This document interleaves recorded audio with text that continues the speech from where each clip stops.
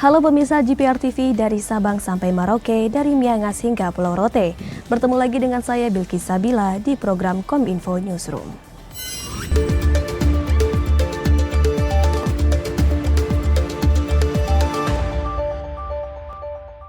Pemirsa, mengawali informasi pertama, dalam Konvensi Nasional HPN 2022, Wakil Presiden Ma'ruf Amin meyakini bahwa Indonesia dapat menjadi tujuan investasi terpopuler di Asia Tenggara.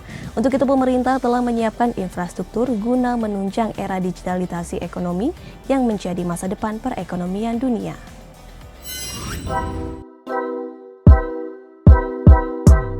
Wakil Presiden Republik Indonesia Ma'ruf Amin dalam Konvensi Nasional HPN 2022 mengungkapkan bahwa digitalisasi menjadi mesin penggerak perekonomian. Ekonomi digital Indonesia diprediksi menjadi terbesar di Asia Tenggara pada tahun 2025 dengan nilai mencapai 1.700 triliun rupiah. Wakil Presiden Ma'ruf Amin juga menyatakan bahwa ada sekitar 21 juta konsumen digital baru selama pandemi, sejak awal 2020 hingga pertengahan 2021. Akumulasi nilai pembelian pengguna internet di Indonesia juga naik 2 digit sebesar 49% dari 47 miliar US dollar diperkirakan menembus 70 miliar US dollar di akhir tahun 2021. Disrupsi teknologi tidak hanya mengubah kebiasaan lama di kalangan praktisi dan akademisi, tapi juga mempengaruhi arah kebijakan negara, termasuk di bidang media, fiskal dan pajak, perbankan, tenaga kerjaan, dan sebagainya. Ada pula potensi dan risiko seperti capital outflow, pengabaian kewajiban membayar pajak, hingga pengangguran jenis baru. Oleh karena itu kemandirian digital atau kedaulatan digital haruslah menjadi satu gerakan dan kesadaran bersama segenap elemen bangsa. Setiap peran aktif kita akan semakin memperkuat upaya membangun kedaulatan di tengah berbagai tantangan digitalisasi. Seiring meningkatnya transaksi digital, Indonesia menjadi salah satu tujuan investasi terpopuler di Asia Tenggara melebihi Singapura. Sehingga Indonesia tidak boleh hanya sebagai pasar yang besar saja dari segala produk teknologi digital, melainkan harus memiliki posisi tawar yang kuat dan mampu mengambil manfaat dari ahli teknologi dan inovasi. Di kesempatan yang sama, Menko Polhukam Mahfud MD menyebut tingkat kepercayaan publik kepada pers Indonesia meningkat peringkat kedua dunia. Hal ini tercatat dengan kenaikan capaian 73%, disertai penyebaran informasi juga turut meningkat 83% dari tahun sebelumnya. Mahfud meminta agar media bisa terus bersama-sama memberantas hoaks. Dalam Konvensi Hari Pers Nasional, Mahfud MD selaku Menko Polhukam menyatakan bahwa dalam survei kepercayaan tingkat publik, Indonesia mengalami kenaikan 1% dari tahun sebelumnya, yaitu mencapai angka 73% yang membuat Indonesia menduduki peringkat kedua dalam kepercayaan terhadap media di dunia. Kendati demikian, Indonesia pun mengalami kecemasan dalam penyebaran berita hoaks dengan menyentuh angka 83% yang mengakibatkan pemerintah memberikan perhatian lebih khususnya kepada masyarakat dan para insan media massa untuk mengatasinya secara bersama-sama. Mahfud MD pun menekankan agar para insan pers harus mampu mempertahankan profesionalisme dan kualitas pemberitaan agar mampu bertahan dan berkelanjutan sebagai sumber utama bagi publik dalam mendapatkan berita dan informasi terpercaya. Di mana di dalam survei ini tingkat kepercayaan publik Indonesia itu mencapai 70%, 73% atau naik 1% dari tahun sebelumnya. Saudara, meski demikian saya juga ingin menyampaikan temuan lain sebagai sedikit yang agak mencemaskan kita dari survei Edelman Trust ini. Ternyata publik Indonesia memiliki kecemasan yang tinggi terhadap fake news atau hoax. Indonesia juga menduduki peringkat kedua dalam hal ini dan hanya kalah dari Spanyol, ya, dan hanya kalah dari Spanyol dalam hal tingkat kecemasan terhadap hoax atau fake news ini. Menteri Komunikasi dan Informatika Johnny G. Plate dalam acara konferensi Hari Pers Nasional mengatakan yang menjadi fokus pemerintah saat ini adalah koeksistensi dan fair level of playing field. Dalam hal ini, pemerintah akan terus mengkaji payung hukum yang sesuai substansi dalam mewujudkan jurnalisme berkualitas.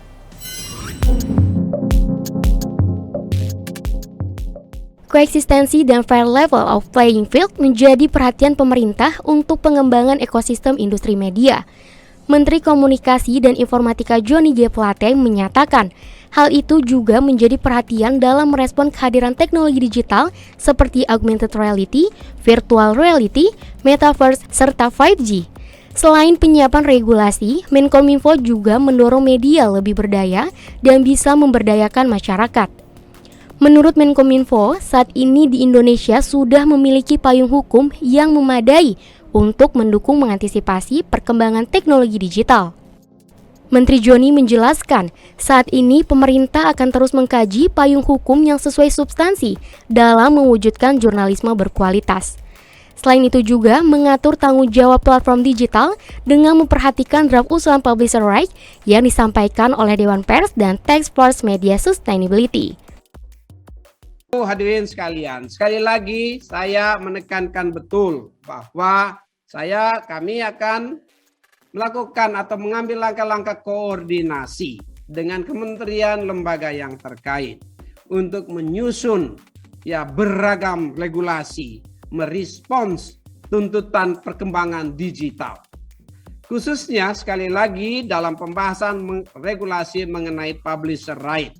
Kami mendukung perlunya adanya regulasi yang memadai. Dalam hal ini tentang publisher right untuk menunjang konvergensi industri media.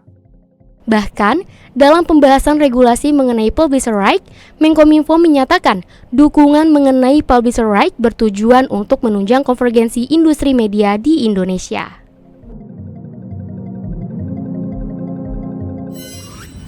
Ketua MPR Republik Indonesia Bambang Susatyo juga menegaskan pentingnya penerapan prinsip koeksistensi serta konsep hak pengelola media dan hak cipta jurnalistik.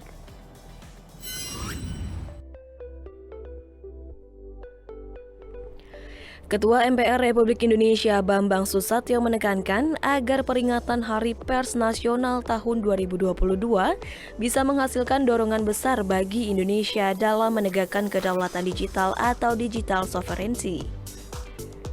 Dalam kesempatannya sebagai keynote speaker secara virtual di konvensi media massa pada Senin 7 Februari 2022, Bamsud menyatakan diperlukan langkah strategis dan hati-hati untuk domestikasi platform global dan melakukan penataan atas kedudukan dan operasinya di Indonesia.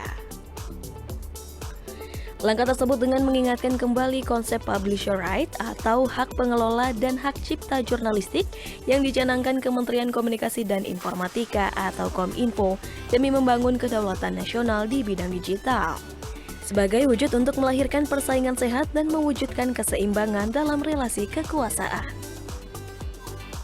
Kementerian Komunikasi dan Informatika pernah mengemukakan prinsip koeksistensi atau hidup bersama dan menawarkan konsep hak pengelola media dan hak cipta jurnalistik atau kita kenal dengan publisher right untuk media massa konvensional. Sejatinya regulasi tentang publisher right bukan hanya ditujukan untuk melindungi dengan pers nasional menghadapi dominasi platform. Lebih dari itu, publisher right adalah unsur penting untuk membangun kedaulatan nasional di bidang digital.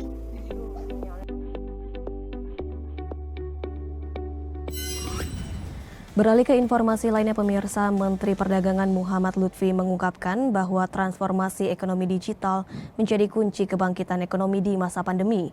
Oleh karenanya Mendak mengajak seluruh masyarakat untuk dapat memanfaatkan setiap peluang. Menteri Perdagangan Republik Indonesia Muhammad Lutfi dalam acara inaugurasi Kelompok Kerja Perdagangan Investasi dan Industri G20 Indonesia mengungkapkan bahwa transformasi dari ekonomi digital merupakan salah satu hal yang sangat penting. Pada masa pandemi ini, transformasi digital menjadi kunci mendekatkan berbagai kalangan untuk dapat berkolaborasi. Salah satunya ialah dalam bidang ekonomi. Bukan hanya bangkit pada masa pandemi, namun juga mampu menciptakan nilai tambah di masa pandemi COVID-19. Hal ini juga yang akan menjamin kehidupan masyarakat Indonesia di masa yang akan datang menjadi lebih baik. Oleh karena itu, masyarakat diharapkan dapat memanfaatkan setiap peluang yang ada. Transformasi daripada ekonomi digital juga merupakan salah satu yang penting. Karena dalam COVID ini ternyata transformasi digital ini menjadi salah satu kunci untuk bisa mendekatkan gap antara yang kaya dan yang miskin. Jadi ini merupakan menciptakan peluang tersendiri. Bahkan ada beberapa yang sukses dalam transformasi digital itu pengusaha UMKM di Indonesia bisa bukan hanya survive atau bertahan ketika COVID, tetapi juga bisa menciptakan nilai tambah keuntungan yang lebih di masa COVID-19 ini. Jadi studi IDB menunjukkan bahwa format daripada K-curve itu, kurva K itu menunjukkan bahwa antara yang kaya yang miskin itu bisa dijembatani oleh transformasi digital. Dan dari transformasi daripada transisi untuk menjadi energi baru dan terbarukan ini juga menjadi salah satu yang penting, karena permasalahan dari climate change ini adalah masalah yang nyata dan kita mesti hadapi bersama-sama dengan kolaborasi. Menteri Investasi sekaligus Kepala BKPM Bahlil Lahadalia membidik investasi dari Forum Inaugurasi Kelompok Kerja Perdagangan, Investasi dan Industri G20. Indonesia saat ini membutuhkan investasi sektor swasta untuk mendorong pertumbuhan ke arah yang lebih tinggi.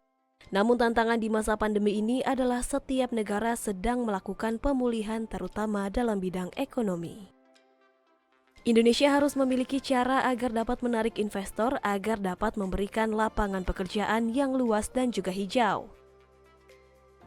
Bahlil Lahadalia, Menteri Investasi Kepala BKPM mengungkapkan, hingga saat ini setiap investasi asing yang masuk ke Indonesia masuk dengan cara berkolaborasi dengan Indonesia. Seperti kolaborasi dengan pengusaha nasional yang ada di daerah, pengusaha nasional yang memenuhi syarat atau dengan BUMN. Kolaborasi tersebut sebagai syarat mutlak apabila ingin berinvestasi di Indonesia. Dengan adanya G20, maka ini merupakan peluang yang tepat untuk menarik pengusaha luar agar dapat berinvestasi. Sejak saya menjadi Kepala BKPM dan Menteri Investasi, tidak ada satu investasi asing yang masuk ke Indonesia tanpa kolaborasi. Wajib kolaborasi, minimal dengan BUMN. Kalau enggak, dengan pengusaha nasional yang ada di daerah, atau pengusaha nasional yang memenuhi syarat. Ini sebagai syarat mutlak. Jadi, jangan ada satu persepsi bahwa dengan forum G20 ini, kemudian seolah-olah swasta nasional akan diabaikan. Itu nggak benar. Justru ini adalah peluang tepat untuk kita memaksa para pengusaha di luar, foreign direct investment, untuk berkolaborasi yang positif. Bukan yang negatif, kolaborasi yang positif. Pemirsa, informasi lainnya akan hadir setelah jeda pariwara berikut. Tetaplah bersama kami.